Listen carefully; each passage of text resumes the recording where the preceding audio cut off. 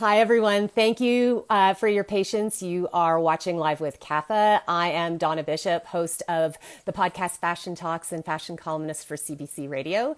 Today, I'm going to be talking with Catherine Addai. I'm just going to try adding her in again so that we can have our conversation. Thank you for your patience, those of you who were joining in earlier. There she is. Here we go. Technology is going to save us this time.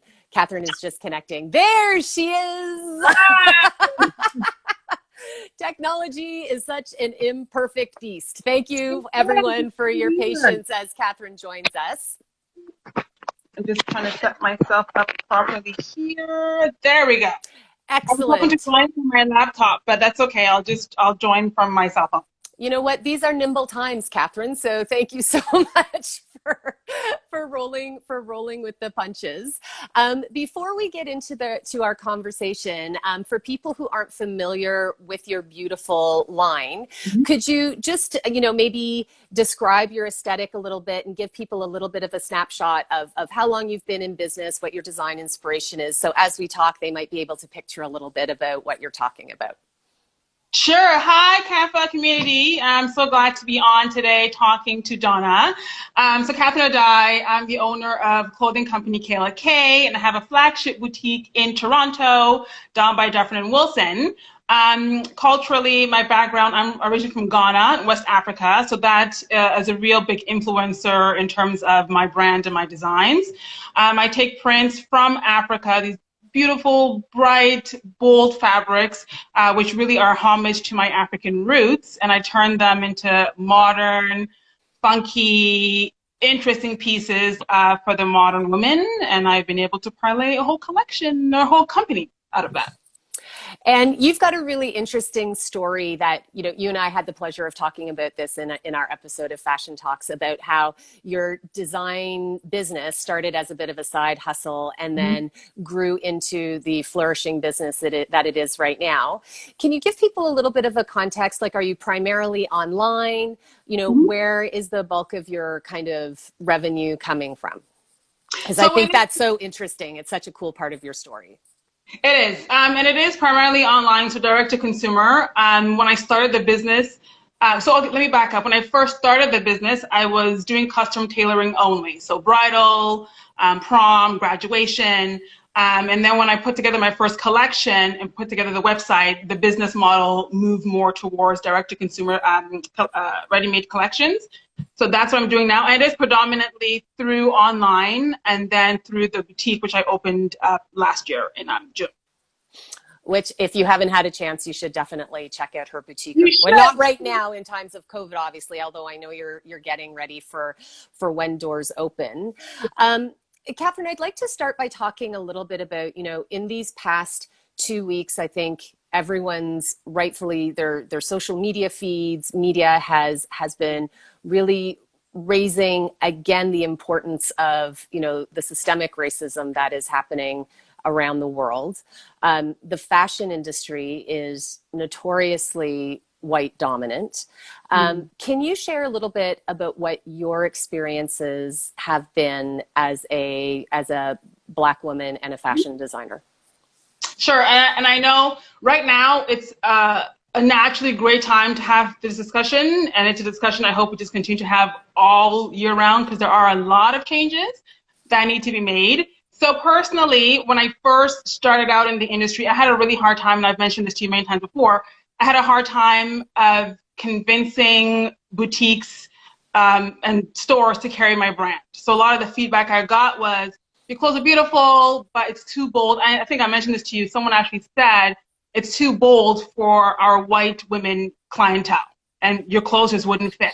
I had another retailer say to me that they don't cater to any one particular cultural group at any one time, so they would not be able to. I had pitched that I should have a pop-up during Black History Month, which I thought made sense and was a good way for me to get into that particular retail. And they said they don't cater to any one particular cultural group, so they would not be able to host my pop-up. And those things take me aback, because it's not like you're saying I don't like your designs because maybe they're not good design, but you specifically go and call out something that's cultural or point out a difference in race, right? And that's where the issue is. Because for the retailer who said, like, we don't know if you would fit in with our white customers and wouldn't know where to put you in our store, put me in the store next to the other designer that you have in the store. And just to give people a bit of context, how long ago were those conversations? Like you're not talking like 10 years ago. No, 4 years ago. Yeah. And you know, when you reflect back on that conversation in terms of people saying, you know, we don't cater to one specific cultural group. I mean, that to me, and correct me, but that to me sounds like that is someone putting, like, it is trying to make white culture the dominant culture, if that is the case, and not understanding that your beautiful designs, like you may be referencing your roots from Ghana, but you're not designing just for women from West Africa. Right. And there's a disconnect there. Can you talk a little bit more about that? Sure, and I'm glad you brought that statement, because I've stated many times too that I am obviously African, I'm Black, I'm a proud African, proud Black woman. I'm also a proud Canadian. And so for someone to say to me that they don't cater to any one particular cultural group, then you're really signaling out the fact that I am African, and that's what my clothes speak to, as opposed to just saying, maybe we don't like your designs, we don't think maybe that color would fit or whatever, but you specifically went out of the way to make that statement, and it's true. So it's just the mindset of bigger people in the industry. So I haven't even had issues with consumers. The consumers that have found me and my clients are fantastic and phenomenal. They understand the story, they understand the brand, they understand the aesthetic and the ethos. It's really the bigger players, the buyers, the store owners, those bigger players that I've approached. That's where I've gotten a lot of the pushback. And the disconnect for me is when you tell me that my clothes won't fit in your store or won't fit with your white women customer base, but I have all these wonderful white women who are customers of mine, then I say you have a disconnect because you don't understand what's happening in the fashion industry and how it's changing. And then you tell me that, and then I also know there are a lot of other bigger brands who aren't helmed by African people who are using African prints, and they get this grand stage, but I am not even able to get a rack in the store. Well, and you bring something up there that I want to also kind of drill down a little bit on, because, you know, I think there's you know, there are many people who want to be, you know, sensitive to not falling into cultural appropriation and wearing something that isn't appropriate for them as a member who is not of that cultural heritage. Something it's a two-pronged question, because something we had Sage Paul on this platform, who's an Indigenous designer, on Tuesday, and she said that the odds of a fashion designer creating something that would be inappropriate for an outsider to wear is extremely low. So there's that perspective. Part and parcel to that, I think, is the imposters, who are people who are literally the appropriators, who are taking something from another culture and not giving it the correct story or credit, and explaining when it is not, like, that's where the appropriation comes. We don't realize we're buying from someone who is appropriating another's culture, you know, masquerading as an African designer when in fact they're just using the textiles. I know that was a big question, but how would you react to both those two sides? And do you have these kinds of conversations with your clients? What would you want people to know about making sure they are supporting designers, but also not crossing over lines where appropriation happens? Right. So to Sage's comment, Lisa, she made, I'm understanding what she's saying in the sense that as a designer, I don't go in designing thinking I'm only going to design for Black women or only design for African women. I'm designing to show, to share, and to spread something that happens to be tied to my culture by way of the prints, but in a really modern way for everyone to enjoy and appreciate. I don't think any designer goes in thinking, I'm going to design only for this group or for my group of people. Then I think that actually defeats the purpose of fashion and designing and showing, right? Because you want to show to the masses, and you want to be appreciated in that way. And the cultural appropriation question I get all the time, and I get it from customers a lot, who are nervous, who are scared, who don't know how people are going to perceive them if they're walking on the street wearing Kaela Kay pieces.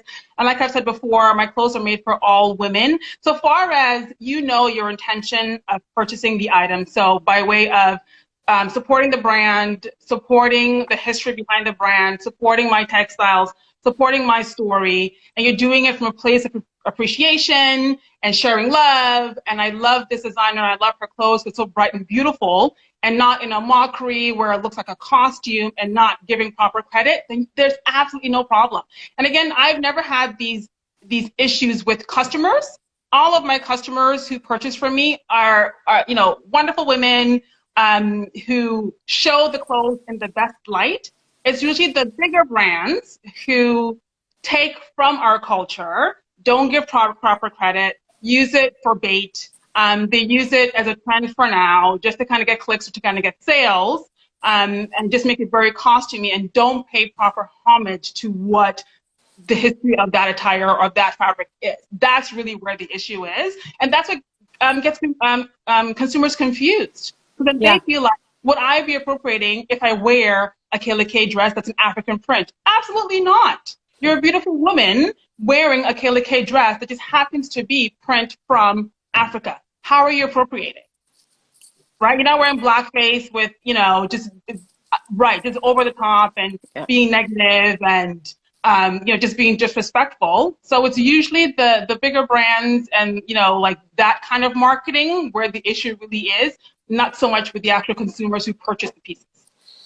That's amazing. And it speaks also to just how so much of the larger infrastructure of the fashion industry that really needs to be sitting up and making changes. And I'm sure you've seen, I think you even mentioned it in your e-blast, that you've seen lots of brands talk about, the importance of changing things internally and looking at better representation. And Aurora James of the brand Brothers Vilas has come out with the 15% pledge.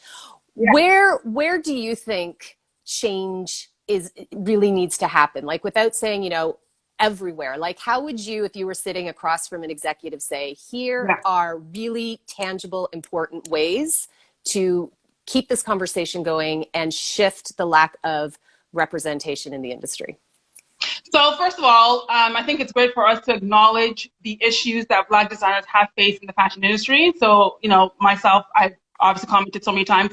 Listening to that, acknowledging that, kind of, and understanding where that comes from. That's one. And then two, like I said before, them changing the language of feedback. So had they said to me, we don't think your pieces are right for our customers because we don't like your pieces, as opposed to saying our white customer base would not gravitate towards your styles, or we don't cater to any one particular cultural group. So that kind of language isn't necessary. That makes it about race, right? Like that's making it about race right there. So let's think about the context of why are you been saying that to me in the first place. So one, let's acknowledge the issues that we have. Let's acknowledge that we don't need that kind of language and verbiage when we're communicating. Two, like you said about Aurora James and Brother Bellies, I think the 15% pledge is a fantastic idea. And what that is she's just holding it to bigger brands for them to commit that 15% of their shelf space will be committed to Black-owned businesses. And that's a great idea because we're thinking, we're not asking for 100%. We're asking that you legitimately consider Black designers and make the conscious effort to include us on your shelves, to include us in your communications, to include us in your brand, your marketing, your imagery, so that we also can have the platform and the visibility. So if that's something that we could bring to the Canadian fashion industry, that would be phenomenal. If a lot of the bigger brands, bigger retailers can commit and say, you know what, we're going to go back and we're going to look at our teams, who's on our team, from Black designers to models, hairstylists, makeup artists, creative directors. And if we can commit to saying that 15% of who we connect with, we will work to make that Black-owned businesses. And not on a level of, we need a token Black person, so we're going to bring in a token Black person, but legitimately to kind of just debunk the systemic issues that we have in the fashion industry. So that, and by way of that too, wholesale accounts. on the retail stores, in blogs, magazines. I know that recently a lot of the online magazines have done a phenomenal job of highlighting Black brands to watch, Black designers, Black influencers to follow. And that's all great work. And I really hope it's not a moment in now because of what's happening. So we're all talking about this. So let's highlight these group of people. But it's something that'll continue long term on the blogs, on the front covers of magazines, in magazines, just fully being equally represented. Well, so when we come to September and we're talking about, you know, the top fall fashions, then we should be seeing Black designers included as part of like the fall fashion roundup, not just talking about, hey, here's some cool Black designers we talked about in June. Right. Exactly. I mean, we don't design only in 1 month. We design, we work 12 months of the year. So it'd be great for us to continue to have those conversations, and also not just around times when it makes sense during Black History Month, right? So just leading up to Black History Month, we get a lot of emails from people wanting to connect on projects, wanting to pull items, which is all well and good. So I understand you have projects that are geared towards Black History Month, but it would be great if outside of Black History Month, we're equally busy and we're equally continuing to be part of your marketing and part of your roster, and just continue to work with us throughout the year. I want to see you in the holiday roundups. I want to talk a little bit about how your brand has been adjusting to this time of lockdown with COVID and whatnot, because you had a big spring, summer launch planned and had to really pivot. So could you share a little bit, because you're such an adapter and an innovator. Can you talk a little bit about what you had planned and how you have adjusted and adapted to these past 10 weeks? Oh, thank you. You called me an innovator. Thank you so much, Donna, for that. So in March, prior to the mandatory lockdowns, I had my spring campaign launch that was supposed to happen online and in store. So I had a pop-up scheduled in my boutique in March. We also had a pop-up scheduled in DC and in Atlanta and LA. And those are big markets for you, right? Like those are some really pivoted, like important places. Absolutely. My biggest markets, which is why we chose to go to those 3 cities. And it was the first time, in all the years I've been running the business, where in terms of organizing everything, we were 100% organized, we were planned, we knew where we were going, we had budgets, we had sales goals, and of course, COVID hit. And we had to, at first we rescheduled the events, and then we quickly realized we had to cancel because there was no way that we were all going to get through this in time for the pop-ups to happen. And then, of course, there was a bit of a pause on my end, too, where I had to pause and think, is this even the right time to even launch a collection right now? People are concerned about losing their jobs. They're concerned about their money. They're concerned about their homes. They're concerned about their kids right now and homeschooling and life. Is now even a right time to launch a new collection? Will it be perceived well? Will it be even seen in the midst of everything people have going on in life? So we did push it out a couple of weeks. And I was asking on social media, the followers, do you guys want to see the new collection? Would it, on any level, just showing the collection to you, bring you some light and some positivity and some brightness through the clothes? So we decided to go ahead and launch the collection, not with any goals in mind, sales goals, but really just with the purpose of sharing some positive vibes, some light, just to kind of keep people's energy really good and going. And we were working on that collection for months. So also, out of respect to the team that had been working with me for so long, I wanted to also just push forward with the project so that they can also get their shine and get their light. And because before opening the store, I was predominantly online anyway, direct to consumer, we just made that pivot. And we were able to make that pivot seamlessly. Of course, we tweaked our marketing, to fit the current times of COVID-19. But Donna, we launched to such wonderful, beautiful fanfare and such positive feedback, great sales, people saying, I know your clothes sell out really quickly, so I just want to grab my and have it sitting in my closet for when Corona's over and I could just be out and be myself again. I know some designers and some brands, when COVID hit, is when they were trying to pivot and go online, and I know some of them had some struggles there, and some brands, apparently I'm hearing, won't even be able to kind of come back up from it once COVID is over. So I'm grateful that because I had the online presence to begin with, and we had a strong customer base from that before I opened the store. We were able to pivot back to being online, and we were able to tweak our marketing and online sales. Amazon will tell you, online, on Amazon and online sales, people were home, obviously shopping online, and I'm just grateful that the prints were able to bring enough brightness and energy to people's lives during that time, and we were able to do really well in sales. Yeah. What did that mean for you as an entrepreneur to be able to, you know, you kept your team, you have a small group of women that manufacture right here in Toronto. What did that mean for you to be able to, you know, that the clients were still there? It meant a lot, and it meant a lot to them. So when COVID hit, I actually put a halt on the pieces that we were continuing to manufacture for the pop-ups. So I said, you know, we're going to have to cancel these orders for now because I don't know what's going to be happening. And I don't want to not, you know, obviously want to be able to pay you. So let's just pause and figure out what's happening, if we're going to launch or not launch. Obviously, stimulus packages from the government weren't in, so my team wasn't sure if anybody wouldn't qualify. And my biggest priority really was whether you do or you don't, you've worked so hard on this project, and I want to show you in your best light, even if you are behind the scenes, and I want to keep you working. So let me do the best that I can do, not even for myself, but for the sake of the team. Let's throw the collection out there, see where it lands, and hopefully we'll make enough sales where we can keep the production team going. I can keep the marketing team on. So I haven't lost anybody. I haven't had to get rid of anybody. We're still working in our small team like we continue to, which is another reason I'm so grateful for my team. It's a small team, but we're a mighty team, and we're a really well-knit team.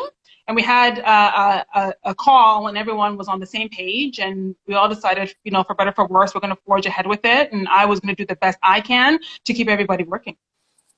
It's such a happy story that you have in this time when there is lots of really legitimate struggle. It's nice to hear about, you know, a bright light that's been shining.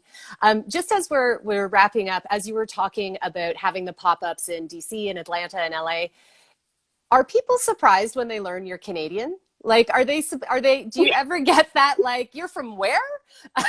Like, because your customer, you know, I hear you saying the majority of your customer base isn't here. Yes. So that's true. So the majority of my customer base is actually in the US.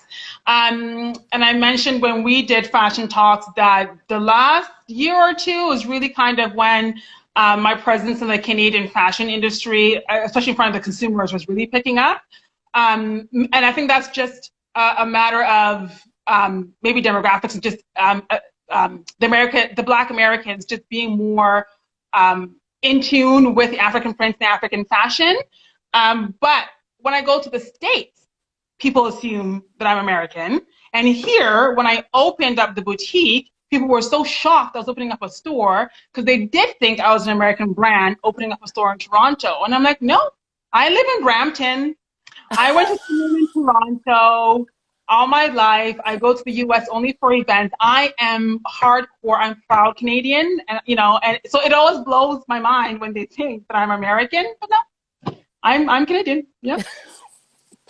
Catherine, thank you so much for taking time out of your busy day to do this chat with me. I really appreciate it. If people are interested in hearing more about your story, you've generously mentioned that we did a podcast together, and you can find that at Fashion Talks, all one words, on iTunes and Spotify. In terms of being a Canadian designer, we're pausing these live with CAFAs next week in terms of doing one-on-ones like this, where we're going to be having several conversations around the Wear Canada Proud event that CAFA and Fashion Magazine are doing, which I know you are also participating in. What do you think it's going to mean to have, you know, a 2-day focus on just the Canadian fashion industry?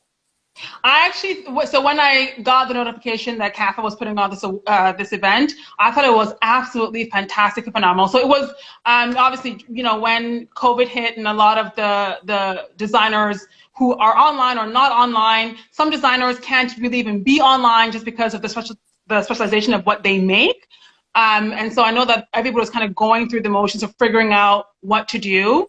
And some of us are stronger on social media than others. So for CAFA to offer this platform, and I believe now they have 100 designers. Oh, well over 100 designers a 2-day fantastic online shopping bonanza thing. And, you know, I know that every designer is offering something special, whether it's a discount or a promotion or something to encourage people to come and shop with them. But more than shopping with them, obviously purchase from these designers, because we know that financial stability is what continues to keep designers and brands around. Get to know the designers. Exactly. Get to know the brands. Share their story. Follow them on social media. Show them the love.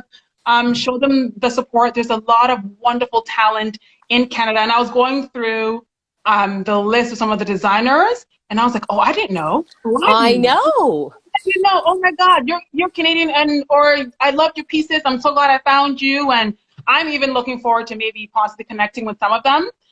You know, just to even reach out and just say, hey, yeah, what's a fellow Canadian? But I think it's a fantastic and phenomenal idea. Kudos to CAFA and whoever else is working on this with them. So that's June 16th and 17th. June 16th and 17th. Yep.